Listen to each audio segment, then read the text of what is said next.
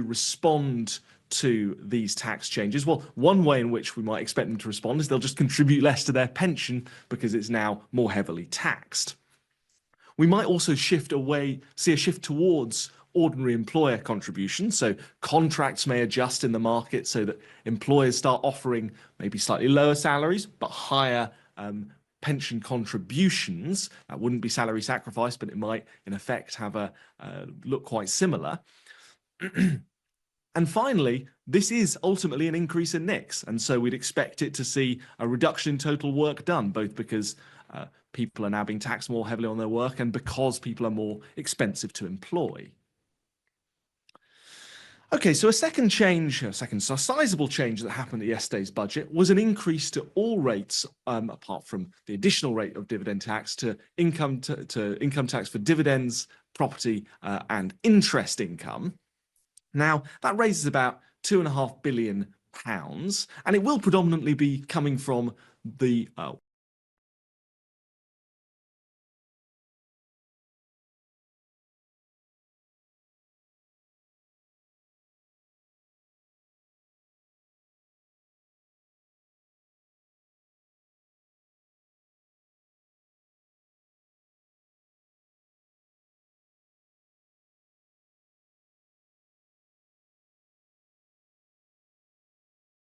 than labour incomes for employees.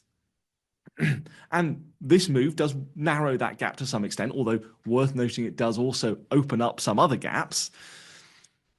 However, fundamentally, the problem we have with our system is that we have a poorly designed tax base for capital income. So what we're actually taxing isn't really the right thing. And what that means is that because the Chancellor's just tweaked rates rather than grappling with more fundamental reform, she's left with a bit of a trade-off that, yes, she's managed to narrow some of those gaps, but she's going to do so at the cost of exacerbating distortions to saving and investment, which is what we'd expect these changes to do. Now, there were also a few other changes to the taxation of savings. I'm not going to go into these in detail. Some of them are quite sensible, like the reduction in CGT relief for employee ownership trusts. Some of them are much less sensible, like the changes we saw to ISAs. We can talk about those more in the Q&A if people are particularly interested. The next thing I want to talk about is the high value council tax surcharge, which some people are more colloquially calling the mansion tax. This is its official name.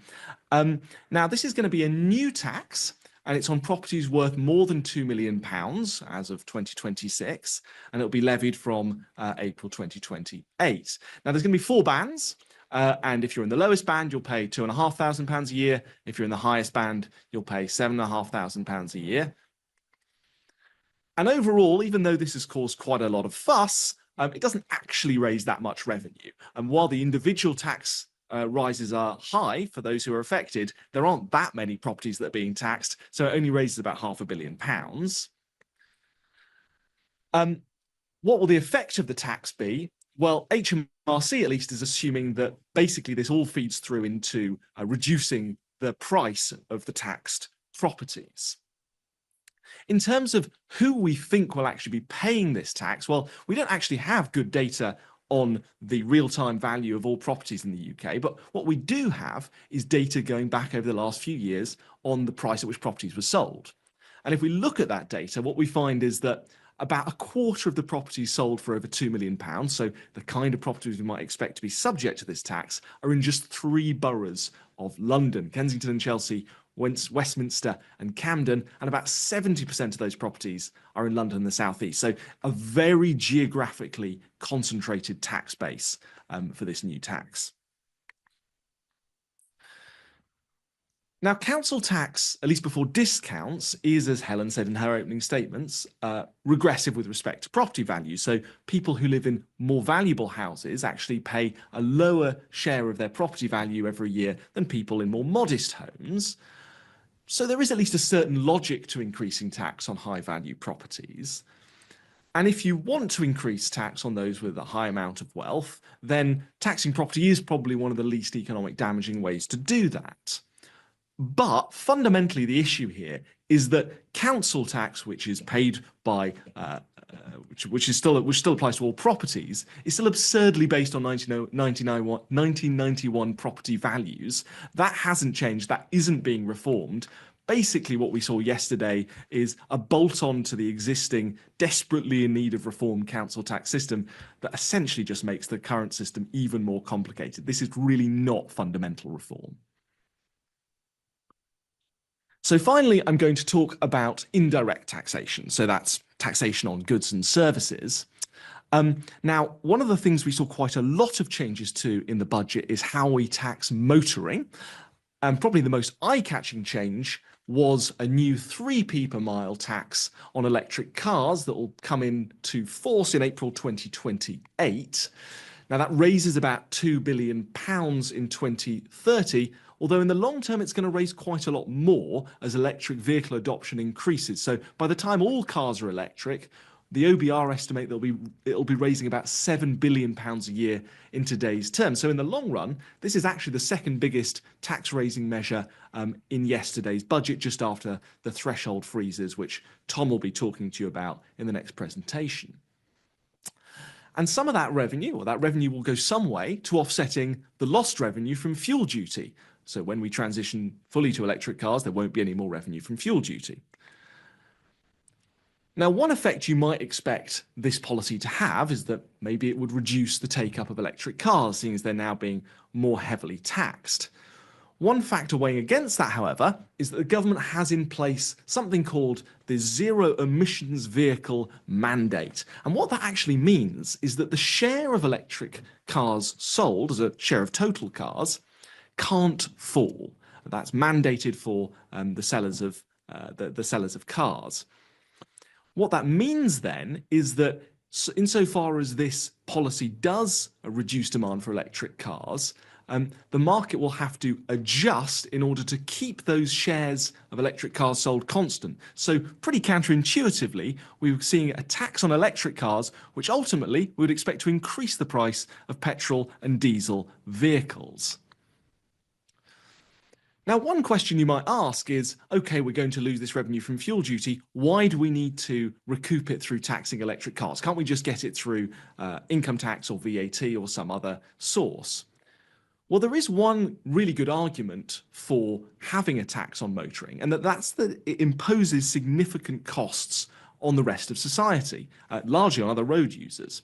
Now, these are government figures that estimate the breakdown of those costs imposed on society. And as you can see, the vast majority of those costs are in the form of congestion. Now, you also have other costs, accidents, greenhouse gas emissions. Obviously, you won't have those for electric cars. And then a small residual category. Worth just pausing here for a second to note that Rachel Reeves made quite a lot of fuss about this being a tax aimed at compensating for the fact that electric vehicles wear out roads, that there's wear and tear to roads as a result of driving electric vehicles. That's actually a cost that is a subset of that tiny little blue sliver. So it's really not a very good justification for having a tax like this. If you're going to tax driving electric vehicles, it should be for correcting something like congestion or accidents. Road wear and tear really isn't a reasonable rationale for this kind of tax. Now, what I'm showing you on this chart is the cost of congestion by miles driven. And this is a little bit complicated, but the main point I want you to take from this chart is just that a lot of the cost of congestion really comes from a very small number of journeys. About 50% of congestion costs are accounted for by just 3% of miles driven. And that kind of makes sense when you think about it, right? If you're driving down a country lane for many miles, you're not going to impose congestion costs on people. If you're stuck in traffic in central London, you might not travel very far, but you're going to impose a lot of congestion costs. Now, yesterday's tax is just taxed at a flat rate. And that means that it isn't really related at all to this congestion externality. And that means it doesn't really do a very good job of correcting for the costs of congestion in the way that we might want this kind of tax to do. So the government does deserve some credit here. Governments have prevaricated on this issue of how electric vehicles are going to be taxed for quite a long time. They at least have a plan. And although current design isn't perfect, it will be easier to do this now than it would have been if they'd left it even further into the future when more and more people have electric cars. But a congestion-based tax really would have been a much better option. I now want to talk a bit about energy bills. So there are quite a few changes to how electricity suppliers and energy bill suppliers are taxed in the budget. There were two small changes which are permanent that I'm not going to go into a lot of detail. One, you'd expect to increase prices of energy. One, you'd expect to reduce. Overall, you'd expect those two to still be reducing energy bills. The big ticket item, though, was a temporary reduction in the tax paid by electricity suppliers through something called the Renewable Obligation Levy. Now, basically what's going to happen is that a portion of that tax that's currently paid by electricity suppliers is going to be paid instead through central government taxation, and we'd expect some of that to feed through into lower bills for consumers. But that's only going to be in place for 3 years. It's a temporary measure, and then it's going to come to an end. What does that mean for energy bills? Well, the combined impact of those three policies on average annual energy bills for the first 3 years, that temporary period while the big policy's in place, is going to be about £131, so a pretty substantial reduction. But after the renewables obligation reduction expires, it's going to fall to just £39, so much more modest in the long term.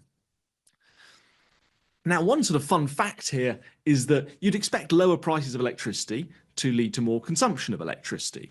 And so you might worry that that's going to lead to more emissions as a result of more electricity consumption, but that actually won't be the case. And that's because electricity generation comes under the UK emissions trading scheme, which caps total emissions across a group of sectors, including electricity.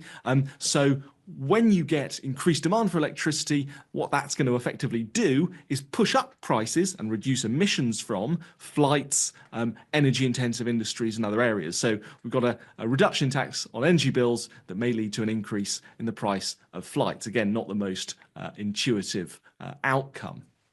Now, there have been a whole bunch of other changes to indirect taxation. I'm not going to go into these in detail, just to say that, as Helen mentioned, really were a lot of tax changes in this budget. This really wasn't a budget that gave a recipe for stability and simplicity in the tax system. So just a few conclusions. One real theme of yesterday's budget was that across a range of measures, we increased taxation, or we saw taxation increase on saving and investment, and that will weaken incentives to save and invest. Now, there were a few little glimmers of reform there. It was the case that we finally have a plan for how electric vehicles are going to be taxed, for instance. But really, all too often, the story of yesterday's budget was sticking plaster solutions that treated the symptoms rather than the underlying causes of the UK tax system's growing malaise. We have capital income tax rates that increased, but without any real attempt to reform the tax base. That is what we're actually taxing, which means we're going to get distortions to saving and investment. We saw a salary sacrifice change that tweaked the boundary, but didn't deal with the fundamental gulf between how employee and employer contributions are taxed. And we saw a change to council tax that bolted on a little change for the most valuable properties, but left the vast majority of council tax completely unchanged. In fact, we now have a more complex system than we did before. And we had a tax on electric cars that, while it's laudable the government's looking to tackle this issue, really doesn't target congestion externalities well at all. So that's going to be all from me. I'm now going to hand over to Tom, who's going to talk about a few more tax measures and also about some of the benefit measures in the budget. Thank you very much, Isaac. Yes, so there's one key tax measure that Isaac didn't cover. I'm going to talk about that and the important welfare measure we heard about as well. And in the tax world, the most important measure in revenue terms was, of course, the freeze to tax thresholds. So the context here is that almost all major personal tax thresholds have been frozen since at least the middle of 2022. In real terms, that implies a tax rise. Now, previously, the existing plans had been to go back to normal inflation at rating in April 2028. Yesterday, we learnt that the Chancellor has pushed that back to April 2031. So that's a 3-year extension to the tax freeze. So what does this do to tax liabilities? So what I'm showing you here is on the horizontal axis is employee earnings, and on the vertical axis is the increase in tax resulting from yesterday's announcement. And basically the message to take away here is the extra tax you see depends on where in the income tax schedule you are. Basic rate taxpayers will see a £220 tax rise, higher rate taxpayers 600, and a little bit less for additional rate taxpayers. Now, taking the freeze as a whole, by 2030, the beginning of the next decade, we are set to see 5 million more people paying income tax than there would have been if there had been no freeze. 700,000 of those are coming in the last 3 years of the freeze, so the extension that we heard about yesterday. A further 5 million are set to pay higher rate tax, that's the 40% rate. 1 million of those are coming in that last 3 years. And let's look now at how this changes the shape of the tax system. So what I'm showing you here is the distribution of employee earnings over time. And then I'm overlaying here what the higher rate threshold, the point at which you start paying 40% tax, what that would have been had there been no freeze, had the high rate threshold just gone up with CPI. And you can see it bobbing around a little bit under the 90th percentile of employee earnings. That means that about 10%, a little bit more than 10% of employees paying higher rate tax. Now, the existing freeze meant that the higher rate threshold was already due to decline quite a bit in real terms. Once you add on the 3-year extension that we found out about yesterday, it actually goes a little below the 75th percentile of employee earnings. And so what that means is a quarter of employees are set to pay higher rate tax. Now, of course, the point of this tax rise is to raise revenue, and raise revenue it does. Given the inflation forecast, it's expected to raise £13 billion by the beginning of the next decade.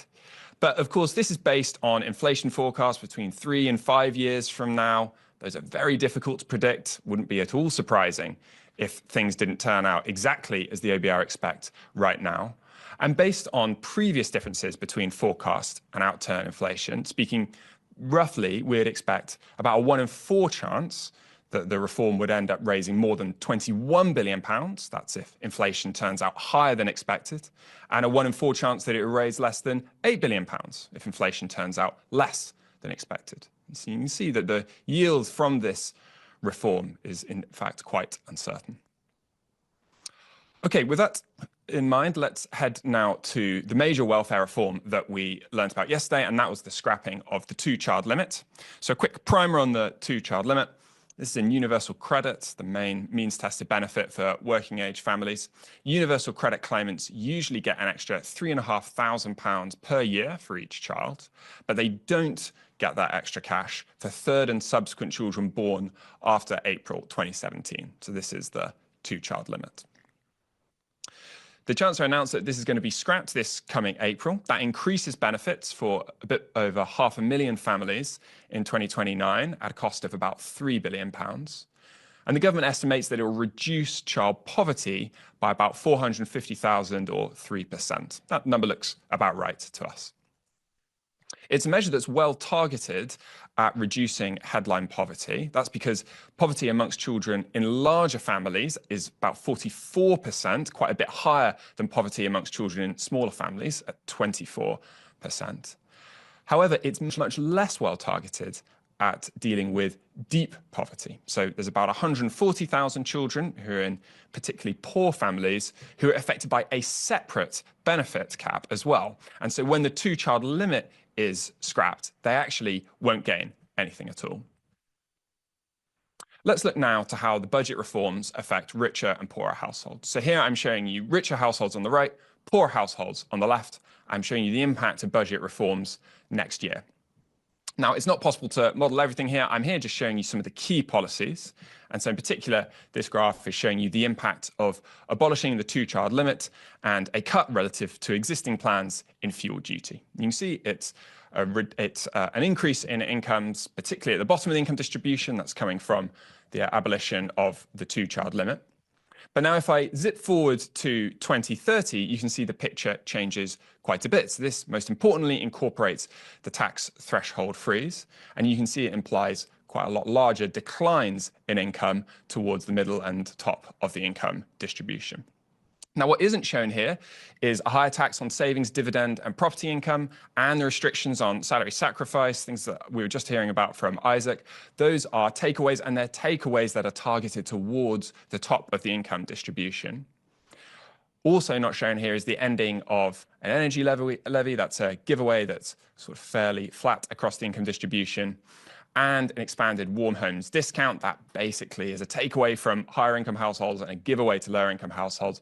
And essentially, if we incorporated all of these policies as well, it would only make these yellow bars here look sharper still. So larger giveaways at the bottom of the income distribution and takeaways at the top. But the basic message to go away with is that what we're seeing here is similar to what we saw in the public finances, where the Chancellor is loosening things in the short run in order to tighten in the long run. Similarly here, we're seeing a giveaway next year in the short run, but that will be compensated by a takeaway in the longer run through higher taxation for middle and particularly higher income households. Now, moving away from these individual reforms, an important part of the bigger picture is that the OBR has downgraded productivity. That means lower real GDP per capita. And when you add that together with significant rises in tax, and despite some high-profile giveaways, real household disposable income growth remains really pretty poor.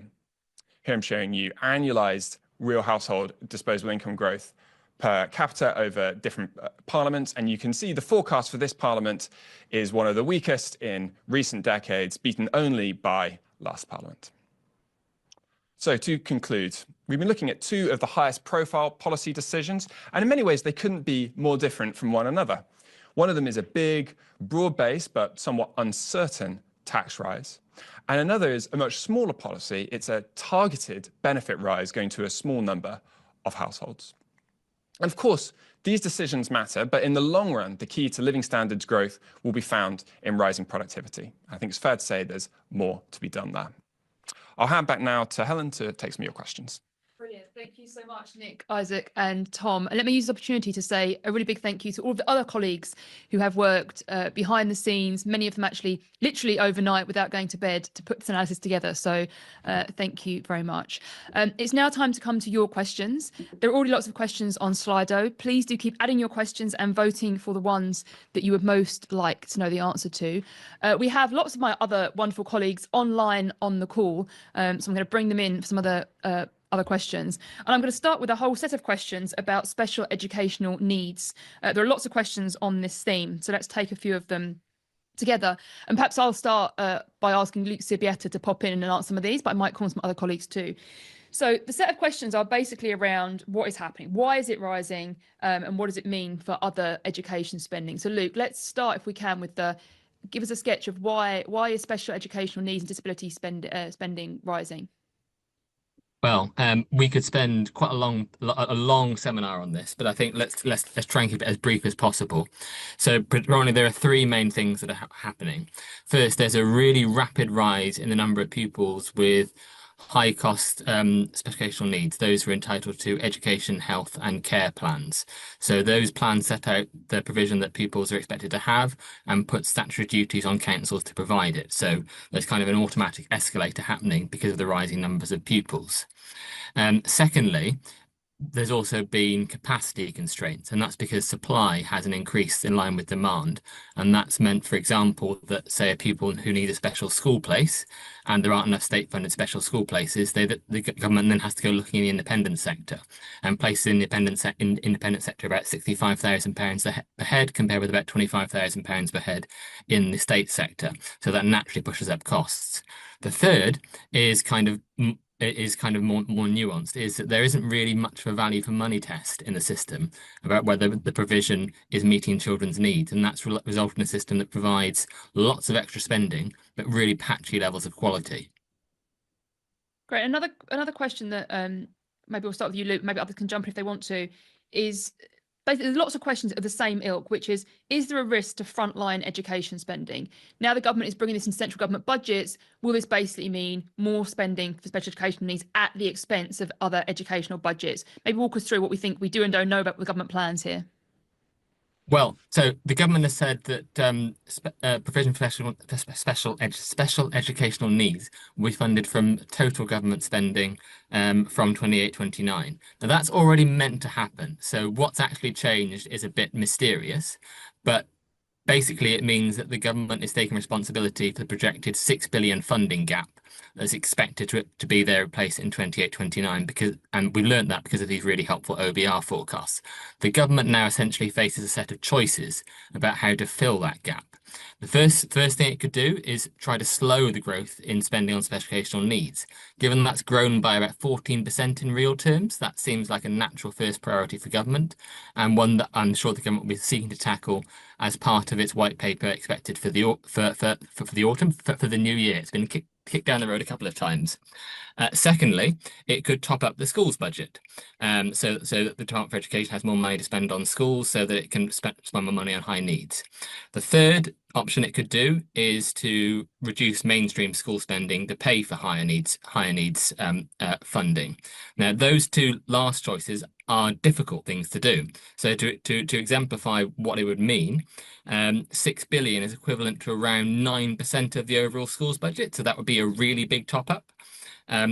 6 billion is about 11-12% of the overall mainstream schools budget. So raiding the mainstream schools budget to pay for high needs funding would have really quite serious implications as well. So the government faces three choices: slow the growth in spending, top up the schools budget, or reduce mainstream school funding.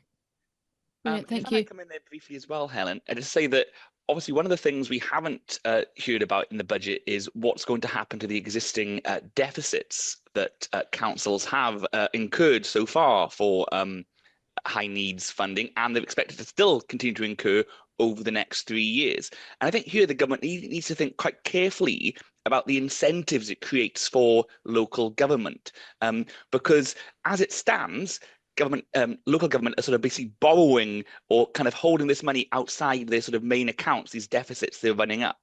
Now, if in 2028 the government says, well, look, from that point on, we're going to write off the deficits you've incurred, in effect, that removes the incentive for local government to control the spending in the short term. So I think we expect to hear a bit more in the local government finance settlement in about a month's time, or 3 weeks' time, what the government's plans are for the existing deficits. But in designing that, it needs to make sure it dovetails with its plans for reform of SEND and its plans to centralise sort of responsibility for funding these. Otherwise, you could find that in the short term, councils just say, well, look, no, in the long term, government's paying for this, and they're going to write off our debts. Why do we kind of like have to do the difficult choice of actually working out the kind of like, the line here? So I think there is a real issue about making sure that the incentives for local government to make sure they're delivering on their statutory duties for sure, but also that they can controlling spending also in place. Great, all of which speaks obviously to needing real serious reform of this area. Right, let's move on some questions. Ben, I'm going to bring you in on this. So Ben Zaranko, I'm going to ask the questions too. So a set of questions about spending pressures. Su Ping Chang from the Telegraph asks, what are the main pressures down the road not addressed by this budget, and how big are they in pounds billion terms? Will Rachel Reeves have to come back for more? Part of that is it about SEND pushing up on those pressures? Ben? Well, one quite simple way to think about it is that some of the pressures highlighted and discussed in the budget might turn out even bigger. So there was an upwards revision in the path for disability caseloads, for example, that could go even higher. We've just talked a lot about SEND, that could go even higher. Asylum costs is now an expectation. That's going to cost a lot more to house asylum seekers than had previously been expected. Maybe that will go even higher. So there's those things. I think there's a set of challenges around public service delivery where in a world with slightly higher inflation, and with squeezed budgets and cost pressures all over the place, can they still deliver on what the government is wanting them to deliver on? If NHS waiting lists stop falling, for example, will there be pressure there? Additional costs on the NHS are always an issue. At the moment in particular, there's worry about costs on drug prices, public sector pay across the board more generally. You've seen strikes in the NHS at the moment. I think keeping public sector unions happy in a world where departmental budgets are growing only slightly faster than inflation, allowing for, if you look in the belly of the OBR forecast, it assumes that there'll be about 2% nominal pay awards on public sector workers in the medium term. That's not loads if you're looking to restore pay. So I think there's spending pressures all over the place. There's the big promise to increase defense spending as a share of GDP as part of our NATO commitments. All of those aren't really new, and we don't know which ones will crystallize. But those are all risks to the forecasts. And looking at the last 5 years, we know that spending does have a habit of turning out higher than the government might like. Yeah, and of course the Chancellor has got some more headroom, so she could weather some more shocks to spending. But I think it is right that there's more upside risk in some of those spending pressures. While we have you, Ben, Richard Partington from The Guardian asks, could credible savings be found on public spending? How much in billions terms? Or are pressures such that the Chancellor will struggle to deliver meaningful savings? And on the flip side, has pre-election austerity been baked in? So could she find spending cuts? Yes, the government could find spending cuts if it wanted to. It's already penciled in some cuts relative to previous plans in this budget, including for one of the years covered by the spending review. Those are largely being framed as efficiency savings that have been uncovered since the big exercise in the summer when they were on the hunt for efficiency savings. These are extra ones. The intention is that they won't affect the quality of provision of services. Let's hope so. I'm sure the public sector does have scope to become more efficient. Maybe that will turn out. But I think that more generally, if you want to make serious cuts to public spending, and this goes for reform, this goes for the Conservatives as well, we need to be thinking about what it is that we want the state to stop doing, what it is we want to start charging for, what it is we want to means test. We want to be specific about things rather than just waving our magic wand and hoping the savings will materialize. In terms of pre-election austerity, well, spending will still be growing overall on public services, just be growing really quite slowly towards the back end of this decade. And if you look, we added a nice piece of analysis on this as well. Once you build in the fact that we think the NHS will get more money, protecting the NHS has been a central part of this budget narrative as well. More money for defence as part of that NATO commitment. Once you build in all these extra things, send the aid, the promise to keep spending the same share of national income on aid, everything else, the usual suspects, the police, the prisons, the local government, HMRC, job centres, all that stuff is facing real terms year-on-year cuts. Now, whether that's austerity or not, there's no single definition on which everyone agrees, but that does look like a difficult pre-election period for the court system, for instance. So if that comes to pass, that'll be tricky. Yeah, I think backing up, it's worth emphasising that the point that you made, Ben, that cutting spending would not be easy, but it's certainly not impossible. A government who wanted to cut back spending would have lots of choices on how to do that. Okay, let's go to the top question here, who is from Torsten, or I suspect not Torsten Bell, saying, do you agree with the Resolution Foundation that I'll ask you this to you, Tom, that millions of workers would have been better off if their income tax rates had risen rather than their thresholds being frozen? So no idea what the Resolution Foundation numbers are, but question there really about how income tax rate rises would compare to threshold freezes. Yes, you saw in my slides that if you freeze thresholds, it's a cash tax increase. It's £220 to the basic rate taxpayer, £600 high rate taxpayer. If you increase rates, then it's the amount of extra tax you pay grows with your income. That does mean certainly there would be workers who would be better off under a rate rise. There'd be other workers who, of course, would be worse off. It is, broadly speaking, it is a more progressive rise if you want to use rates rather than to use thresholds. I mean, I'd say in bigger picture terms, it's part of the overall decision the government makes when they decide how redistributive do they want the tax and benefit system to be. So I don't think in that sense that there's a kind of a clean right or wrong answer.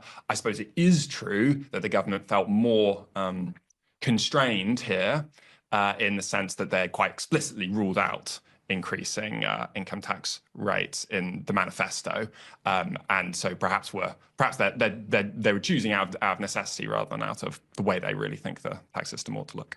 Great. So another question here from Ali Lyon at City AM saying, given the extent to which the Chancellor chose to backload tax hikes at the end of the Parliament, close to an election year, how likely do you think it is that they will be introduced in full? Perhaps I'll take that one first. I mean, one thing worth saying is that they could put them in full, and some of them will be easier to do than others. So the threshold freeze has tended to be a way that chancellors have increased taxes a lot with actually very little rumbling, partly because it is pretty stealthy. There's no day in which pay slips show a big tax rise. So that might be one that actually they don't have to do anything for it to happen. It will just happen. Some of the other ones, new tax on electric cars, salary sacrifice, maybe that would be harder to bring in near an election, and harder if you're also trying to pare back spending. So not impossible, but but harder to do. There's other questions here, Isaac. I'll ask you some of these. I mean, unsurprisingly, given we made a big play on how important reform is, the questions are all of the format, so why don't governments do it? If it's so good, so why do successive governments flat out refuse to reform taxes when it's clearly needed? Do they understand? Do they not understand? Do they fear voter backlash or their jobs, or do they just cruise along, taking the path of least resistance? There's another question that I can't now find, but that was basically of the form: what's so good about tax reform? Why bother doing it? Would there be any losers? Isaac.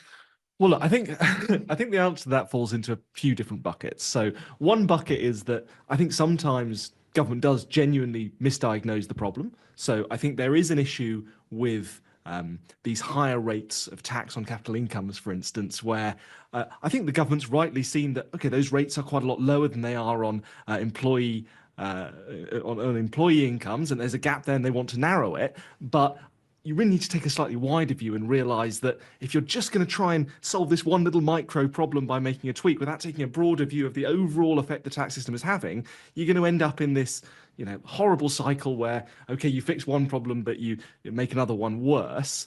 I do think there is also just another big problem, and you see this, I mean, council tax is a great example of this, that whenever you try and update a tax, when you try and reform it, there are going to be a lot of winners as well as there are going to be a lot of losers as well as winners, and those people who lose out, even if they're a smaller group, tend to be pretty vocal. So it's clearly insane that we have a council tax system that's based on what your house was worth, 1991. I don't think anyone would think that's a sensible system. But if you update it to the most recent property values, there are going to be some people whose houses have grown more in value than others, and they're going to end up paying more tax. And in general, I think people just tend to react worse to changes than they do to an unfair status quo. But I do think we should all try and really focus on the fact that just because something has been in place for a long time doesn't mean it's a good system. Often it can have lots of unfairnesses and inefficiencies embedded in it. And I really do think that it's a shame that the government hasn't taken this opportunity to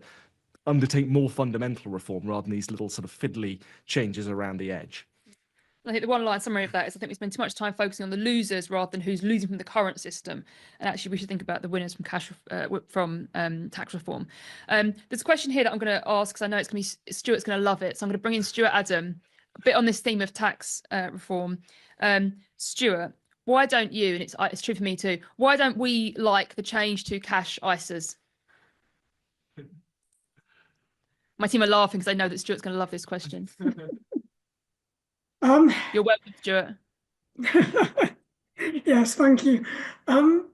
Broadly speaking, because we don't want to discourage people from saving and investing. And Isaac was discussing in the context of changes to things like dividend taxation, property taxation, that there is a trade-off that on the one hand, we don't want to discourage saving and investment, but on the other hand, people that make very big returns on those investments because perhaps they get lucky, or because they have access to scarce opportunities, or because they essentially it's really a return to their labor, that even though it comes in the form of capital income, we want to tax those very high returns. If you're just putting money in the bank or in a cash ISA, you're not making lots of excess returns because you're dressing up your labor as capital or anything like that. You're just converting money today into money tomorrow. And I don't see why people should be penalised for doing that. It's neither fair nor economically efficient. And so what I would like to see happen is that people who just make the kinds of returns you can make in a cash ISA or in a bank account can get that tax-free. And so I would like to just have bank accounts and cash ISAs essentially unlimited tax-free, but tax those kinds of assets where you can make higher returns, and that we tax those kinds of excess returns. So the short answer is because all you're doing by people for saving money in cash is penalising them for saving, for wanting to spend their money tomorrow rather than today. I don't want people to do that. Brilliant. Thank you very much. Nick, there's a factual question here that we can just do really quickly. Can you confirm what you mean by the economy becoming more tax rich? And this is important because it's a big part of the story as to why Rachel Reeves had a much better outcome than she expected. Yes. So what we've seen this year and last year, and this is relative to what the OBR were forecasting previously, was that real wage growth is going to be higher than they were expecting. They had pretty low expectations before, but now, and they have revised those upwards. That kind of means two things for the whole economy. One is that more of the economy is more of income is coming from labor. So broadly, without the economy growing anymore, if you have higher wage growth, you're seeing higher labor incomes. We tax labor more heavily than we tax other parts of the other types of income, and so more labor income as a proportion of the economy means we'll have higher revenue. Means the government will get higher revenues. Also, broadly, if you have higher wage growth rather than sort of corporate profits or something, the kind of expenditure that households do with that wage growth is consumption is more likely to be consumption rather than investment. That's something we charge VAT on, so that also is kind of more tax rich. And that means both our consumption and our incomes, our expenditure and our incomes as a sort of economy are larger. So that's kind of the basis of it. Great. So another question, I'll come to you as well, not on Nick. Different type of question. The Chancellor announced the OBR will, incidentally, it's not about tax rich. The Chancellor announced the OBR will only be required to assess compliance with the fiscal rules once per year rather than twice. However, the OBR will still be required to produce 2 forecasts annually. Is this significant?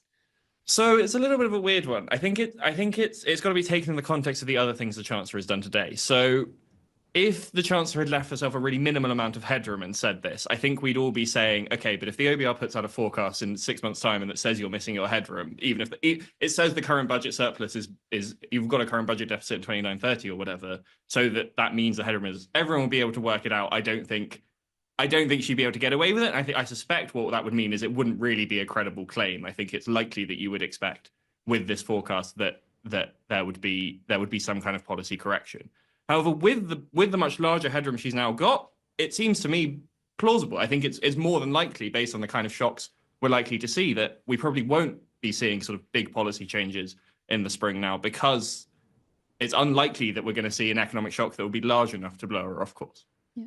I think in my mind, it's significant in the sense that it's a change to the fiscal architecture. This is a change to how we have done things. And if it means less policy tweaking, that could be good. But I don't think it really answers the question at what point Rachel Reeves would do something in that second forecast.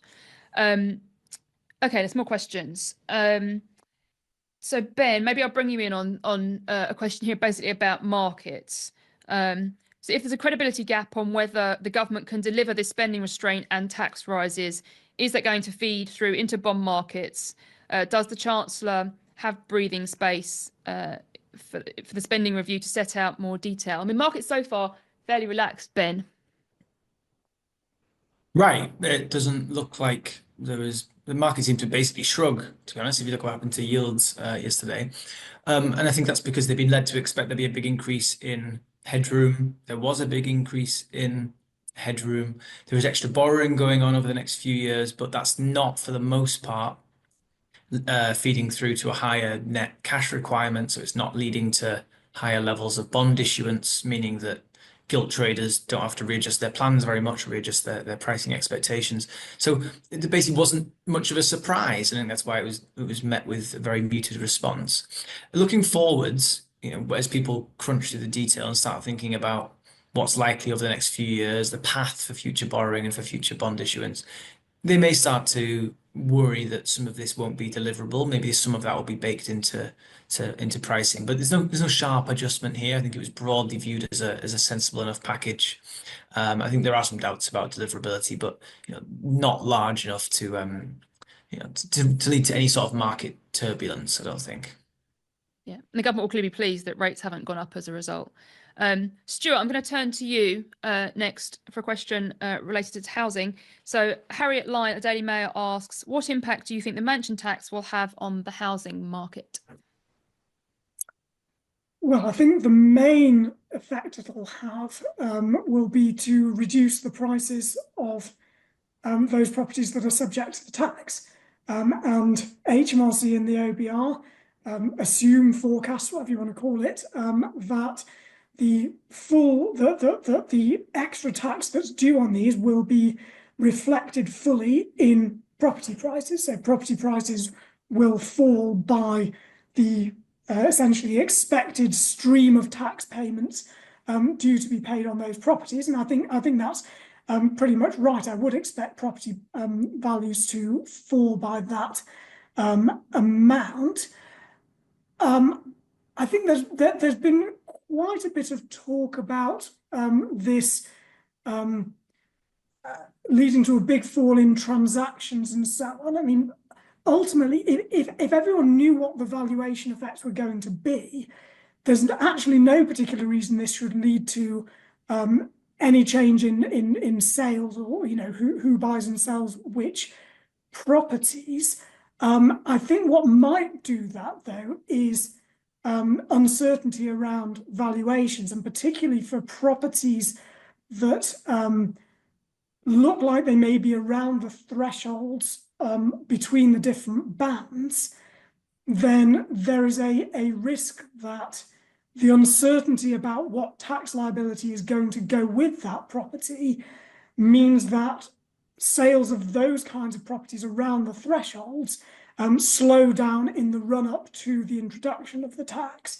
I think that should be a temporary effect. I'm not sure it would necessarily be a huge effect. I think it's likely to be kind of localized around the thresholds, but I think there will be some effect of that, and I think that's one disadvantage actually of the kind of banded structure that the government's chosen for the new council tax surcharge, that it's not just a proportion of value, but there are big jumps in liability across the different band thresholds. And so if you're not sure which band a property is going to end up being in, you might be a bit wary about buying it. So I think there is likely to be that effect, but I think the main thing is just going to be a fall in the value of the properties that are affected by the tax. And can I come in there briefly again? Sorry, just to add on that. I think sometimes people get a little bit confused by this and think that this capitalization effect, this price effect, means it's a double whammy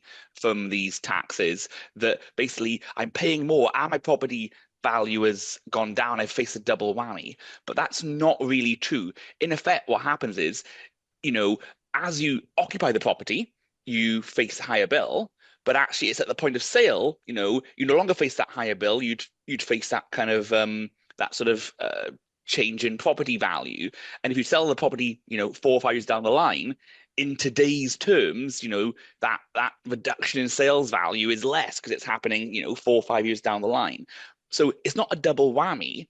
But what it does mean, though, is it's not the occupiers of these properties that sort of, face the higher bill. It is not even the future owners of the properties that face the higher bill. It's the current owners now, because either the current owners now, they'll be either paying a higher bill until they move, or when they sell, then the value is lower at that point. And then the future owners and occupiers, they just pay a lower price for that property, which offsets the higher bill they have to pay in future. So it's not a double whammy, but it does mean it's a tax on the current owners of the property, not the future owners of the property. Great, thank you. Some great economics there. So there's a whole bunch of questions here that I'll just take all together, where the common theme is, what could the government do to improve the supply side, to improve growth, improve productivity? So I think one big picture thing to say is that there is no growth lever in the Treasury. There's no magic thing. There's no one thing you can do that just makes this problem go away. If there were, they would have found that. You have to do the hard yards across lots of different policy areas. And there's lots of policy levers available here, everything from regulation and competition policy and employment policy, things like education policy we haven't talked about today, but actually getting that right and making sure that people have the right skills, that employers and potential and future employees know what the system they're going through looks like, that we're investing in the right thing. So it really is about having good policy in lots of areas. On tax, just to take the area we talked about most today, I think one mistake people often make is to think the government needs to do more to get growth. You need to incentivize something, you had new reliefs or new incentives. Actually, I think a lot of what we need to do is step back. The government is doing a lot of things that disincentivizes behaviour. It disincentivizes investment in lots of ways. It disincentivizes risk taking. It incentivizes people to change their legal form, not for the best commercial purposes, but for tax planning purposes. It does more to discourage saving than it needs to. It does more to discourage labour supply than it needs to. Not that you can stop all of those things. Some of them are trade-offs between you want to raise some money and you have to have some distortions, but we have more distortions than are necessary that in order to raise the kinds of revenues we want and achieve the kind of redistributive aims that we want to do. So we have written literally thousands and thousands of pages over the years on what that means in practice. But I think, you know, it's about, for any tax you pick, there are problems with that tax. You can go and you can fix it. And to pick one example that Isaac talked about, we have now disincentivized saving and investment by putting up some tax rates. Actually, if we had done the tax rate increases alongside actually changing the definition of the tax base so it's less disincentivizing, that wouldn't have magically on its own affected growth. But if we had that more, you know, dogmatic, every term we'll just keep chipping away at this, we'll keep making things better, then I think you would start to see the dial move. Another thing I think worth saying in passing on this topic is that we shouldn't over-calibrate to what gets scored in the OBR. Obviously, every chancellor wants something big enough to be scored, but there'll be lots of good measures that aren't big enough to be scored in the OBR. But again, if you do enough of them and you consistently keep doing them, then I think you'd start to see some effects. And what we saw yesterday, the disappointment wasn't just that the OBR wasn't scoring some of these measures, there weren't really any measures there that were in the ilk of making things better. Let's take some more questions. I'm trying to do some quick fire questions to try to get through some more of these. So there's a different question here. So on levies on international student fees, so I'm going to call on somebody on the Zoom call to jump in here. With a set levy on international students instead of a percentage of fees, will universities simply increase fees and transfer the burden onto students? A question about student fees. Who wants to jump in on that? I'm trying to look at my list of who I've got on the call. Hello, that's me. Oh, Can you hear me, Helen? I can. Hello, Kate. Lovely. Thank you. Right, yeah, so we had expected a levy on the tuition fees paid by international students. We thought that would be a 6% levy, so 6% of the fees they pay. Instead, the government's now proposing a £925 flat fee per student from 2028 only, so not straight away. And that will not apply for the first 220 students at any single provider. So this means some small specialist arts providers like the Royal Academy of Music will be taken totally out of paying this levy. Whether that gets passed through into tuition fees will depend on the relative elasticity of supply and demand for international student places. The government assesses some of it will likely be passed through in the form of higher fees, but we will still see a decline in international student numbers. So partial pass-through was the government's assessment. Great, thank you. A bunch of questions. People get very excited about EV taxes. So maybe Isaac, I'll come to you first. Maybe we can bring Stuart in if we want to. So one practical question about how would the new EV road tax be collected? And more broadly, how could motoring taxes be targeted at congestion? Is there a simple way to do that other than creating more congestion charging zones? Yeah, great question. So on the first question of how is this new tax per mile going to be collected, the simple answer is that it's going to be collected basically when you go for your MOT. They're going to check how far you've driven, but actually at the beginning of a given year, you're going to estimate how much you're going to drive in that year. You'll pay the tax on that estimate. When it comes to your MOT, they'll check how far you've actually driven and they'll sort of correct how much you paid as a result. So that's basically how it works. There's also, when you buy a new car, as most people will know, you don't have an MOT for the first 3 years. So there's a new process being sort of dreamed up with the DVLA being involved, and they're going to check your mileage in those years. So there are some sort of plans in place as to how this is actually going to work in practice. I've completely forgotten what the second part of the question was, Helen. Is there another way to more simply do it? If you want to do a broad congestion charging, oh yeah. Do we have to do more zones, or can we do a pricing? The thing about congestion is that basically the costs vary a lot depending on when you're driving and where you're driving. So you really need a tax that varies on that basis. So you could imagine some technological solutions that would allow, road pricing, for instance, to vary on when roads are particularly busy, particular times, particular places when they're busy. And that would be like the ideal solution. This kind of tax where you just tax per mile, as you were saying before, it really doesn't work that well because there are a lot of miles driven that really just don't incur any congestion and aren't imposing costs on anyone. And so taxing them really isn't correcting for the externality that you're really trying to target. Great. So we're almost at time. Let me take one, maybe two, but one more question. Is this spend now, pay later budget and indirect